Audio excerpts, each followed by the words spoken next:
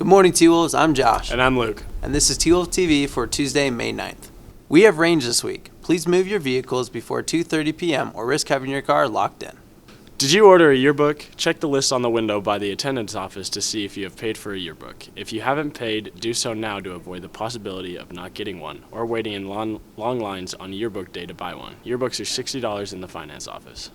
Come see the Ballroom Dance Team in concert this Thursday and Friday. Doors open at 6:30 and the concert starts at 7. Tickets will be $3. They're excited to see you there. Tonight is the Jazz Band end-of-year concert at 7 p.m. Grab your friends and come and check out Connor Beeston jamming on his sax. That's 7 p.m. in the auditorium. This Thursday, May 11th, during lunch, the counselors will distribute ACT score reports from the March 7th exam. Please come down to the counseling center during this time and pick yours up.